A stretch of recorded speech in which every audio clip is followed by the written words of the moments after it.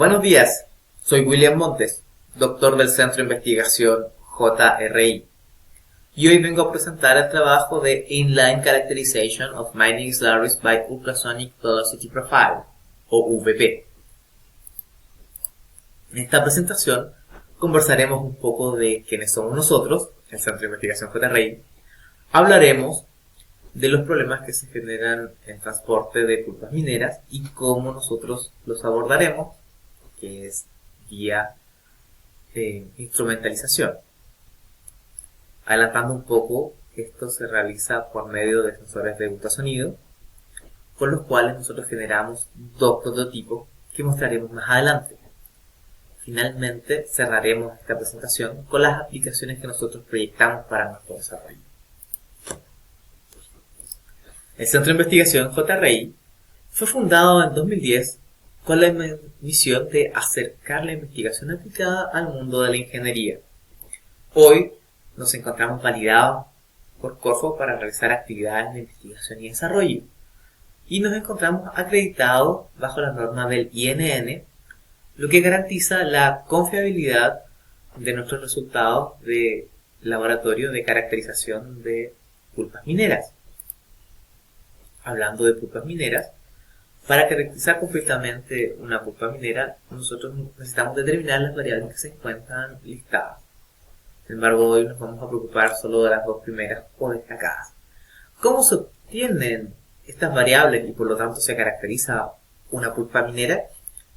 En planta, hoy lo que se realiza es muestreo, que consiste en que personas van a la fuente del fluido o de la pulpa minera, toman muestras, la llevan al laboratorio donde es preparada para ser posteriormente analizada, y los resultados obtenidos son los que se le entregan a operación. Este sistema, si bien es muy efectivo, tiene el detalle de que no es muy rápido. De hecho, podemos decir que tiene una baja frecuencia de muestreo, lo que condiciona un poco la capacidad de reacción de planta, pues este tipo de control se vuelve algo adaptativo a la situación que está ocurriendo y no es predictivo. Sin embargo, ya existen algunos sensores que midan variables en línea, como es el caso de los densímetros y los flujómetros, que pueden ser utilizados incluso para obtener la concentración de sólido.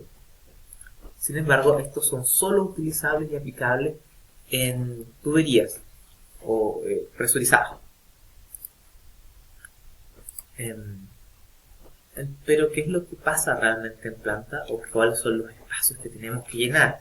Bueno, estas situaciones seguramente son más familiares para gente que trabaja con pulpas mineras, donde podemos pasar desde un estado muy calmo, una muy buena pulpa que se está comportando muy bien en su transporte, como la que tenemos en esta primera imagen, que puede transformarse en algo malo cuando, por ejemplo, empiezan a ocurrir estos frentes de onda, donde la pulpa para y viene hacia adelante un frente, secando incluso la tubería en la parte de delantera. ¿Esto por qué es malo? Bueno, porque lo primero que logra es que arruina un poco la planificación de la planta, y lo segundo es que este frente de onda es a su vez una onda de choque, que puede lastimar o destruir instrumentalización que se encuentre más adelante, como sensores o bombas o algo incluso más delicado. Sin embargo, esto no es lo peor que puede pasar en una operación real de planta, pues existe otro caso donde la pulpa puede incluso escapar de los contenedores de transporte. ¿Y por qué se debe esto? Bueno, en el centro de investigación nos hemos especializado en la determinación de la variabilidad. De hecho, en el gráfico que tenemos acá, es producto de varios estudios del centro. Aquí se encuentran analizados más de 40 faenas mineras particulares. Este gráfico nos muestra el yield stress a una concentración volumétrica determinada. Como podemos ver, en este caso particular de 46%, una concentración volumétrica no es unívoca para el yield stress. Y esto es lo que indica que la pulpa tiene variabilidad. Entonces, frente a un panorama tan cambiante, ¿qué necesitamos para tomar las medidas correctivas de forma oportuna? Bueno, nosotros proponemos instrumentalizar el transporte de esta, pero esta instrumentalización necesita sensores adecuados. Ahora nosotros les aprovechamos de contar de que el Centro de Investigación Petorrey ya realizó varias pruebas con diferentes tipos de sensores, siendo el candidato con mayor éxito los sensores de ultrasonido. La pregunta natural que surge es, bueno, ¿por qué ultrasonido y qué hacen los sensores de ultrasonido? Los sensores de ultrasonido emiten ondas ultrasónicas, que son ondas mecánicas elásticas. Estas se pueden propagar por sólidos, como tenemos acá, tejidos blandos o gases, e incluso líquidos. En general, existen dos familias de ultrasonido, que son los ultrasonidos de potencia, que es el caso que está acá, que se caracteriza porque el ultrasonido genera cambios físicos y químicos en el ambiente donde se está propagando. Sin embargo, nosotros no queremos alterar la pulpa, que va a ser nuestro caso de estudio. Por lo cual, nosotros necesitamos utilizar las señales ultrasónicas de la segunda familia, que son los ultrasonidos de señales. Existen dos configuraciones principales para la utilización de esto, que son el pulso eco, donde existe un sensor que emite una señal y la recibe posteriormente, y los pulsos de transmisión, que la diferencia principal es que existe un sensor que emite la señal y un sensor que la recibe. En este caso podemos ver que los ultrasonidos de señales pueden ser aplicados para medios irregulares, como son estos testigos de roca, o como sólidos regulares, como el metal, y que incluso pueden ser aplicados en líquidos. Cuando alguien habla de NTD o ensayos no destructivos, suele pensar inmediatamente en ultrasonidos, se miden las velocidades de propagación. Sin embargo, nuestro estudio es un poco más complejo, ya que en lugar de utilizar las velocidades de propagación, nosotros ocupamos la información contenida en la señal ultrasónica, y es por eso que este desarrollo cae en lo que se llama espectroscopía acústica. Con esto en mente, nosotros fuimos capaces de desarrollar dos prototipos para determinar la factibilidad técnica de este experimento. El primero, que lo tenemos acá representado en la wincha verde, consta de una placa generadora de ultrasonidos, un vaso instrumentalizado con sensores tipo PIL, y el montaje se puede representar o se puede ver de esta forma. Con este experimento nosotros tenemos un voltaje máximo de entrada de 3 volts, con lo que fuimos capaces de determinar las características de pulpas mineras de hasta un CP del 32%. Lo que es muy llamativo, pues se encuentra dentro del rango de pulpas mineras de alimentación, como por ejemplo para el caso de alimentación de espesadores, la pulpa suele ir entre los 15 y los 30% de CP. El otro montaje experimental que tenemos para la factibilidad técnica o que utilizamos es el que se encuentra acá abajo, donde la principal diferencia es el voltaje que es capaz de emitir y recibir la placa ultrasónica.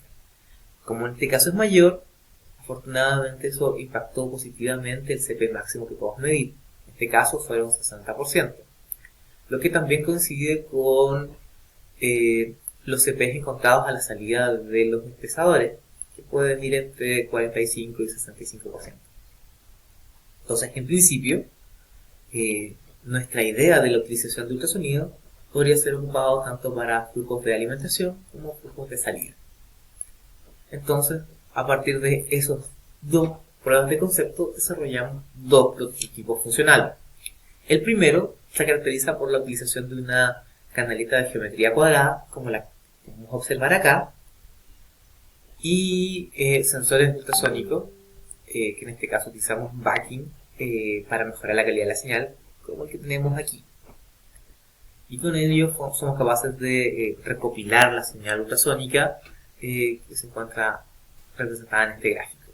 Con el otro prototipo, que tiene la característica de utilizar más voltaje, nosotros lo implementamos en una canaleta semicilíndrica, que es la que se encuentra acá, y podemos observar que también podemos obtener en tiempo real la señal ultrasónica que caracteriza el fluido que está pasando. Incluso en este caso podemos ver las variaciones producto de las vibraciones del fluido que se está desplazando. Pero una cosa es obtener señal, la otra es obtener información relevante. ¿Cómo hacemos ese salto o ese paso? Bueno, a través del procesamiento de señales. En particular utilizamos la técnica de VP. Es importante también destacar de que esta técnica puede ser utilizada tanto para tuberías como para canaletas. En nuestro caso nos encontramos en la configuración de canaleta, pues la señal ultrasónica choca con la interfaz líquido-aire y vuelve y nos genera ciertas características de señal.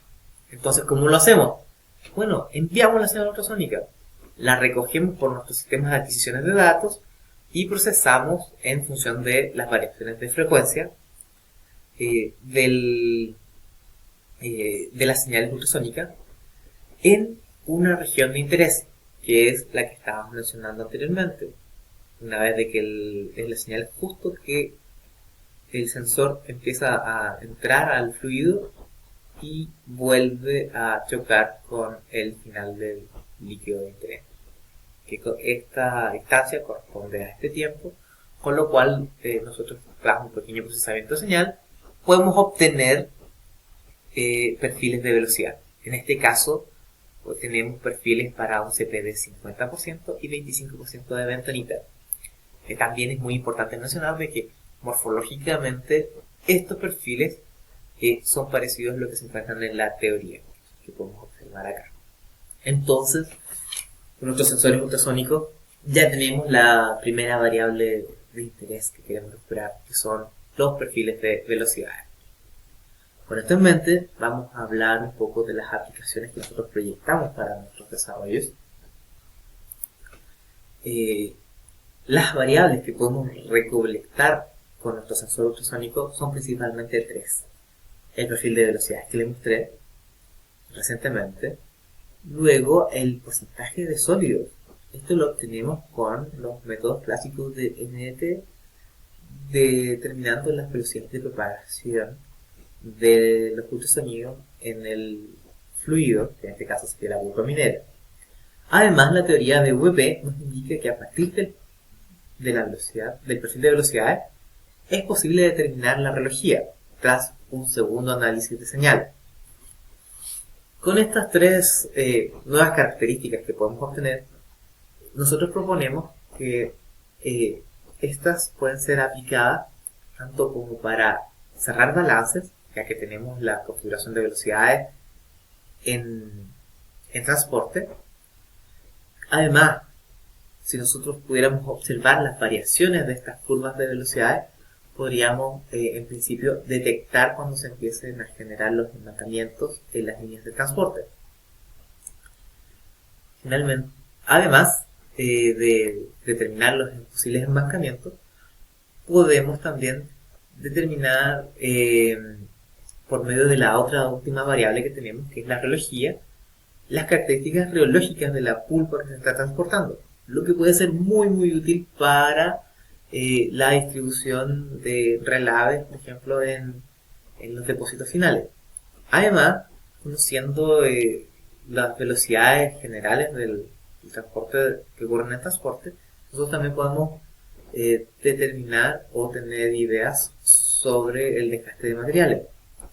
Entonces, ¿qué es lo que trato de decir con esto? Que con una herramienta que entrega tanta información en línea, se podrían incluso mejorar o generar nuevos protocolos para la operación en términos de transporte de pulpas mineras. Esto tiene muchos beneficios, los encontramos listados en esta tabla. Es importante también mencionar de que este desarrollo se generó gracias a la experiencia que tiene el Centro de Investigación en estudios de variabilidad, que siempre están orientados para la optimización de procesos. Hablando de optimización de procesos, abarcando solo el tema de la biología, en pesadores, particularmente, si pudiéramos determinar este parámetro de forma en línea, como lo está haciendo nuestro sensor, podríamos ayudar o apoyar a la determinación de un mantenimiento predictivo. Podríamos mejorar incluso la cantidad de agua recuperada en estos pesadores, ya que conociendo este parámetro y las propiedades de los fluidos que se están transportando, podemos determinar las características de este, con lo que es posible tomar acciones correctivas para mejorar los rendimientos de operación. Esto es sumamente importante, ya que con esta data que se generaría siempre, incluso sería posible generar nuevas estrategias de control para pesadores, como por ejemplo estrategias de tipo predictivo. Bueno, y con esto concluimos nuestra presentación. Muchas gracias por su atención. Quedo atento a sus dudas y consultas. Muchas gracias.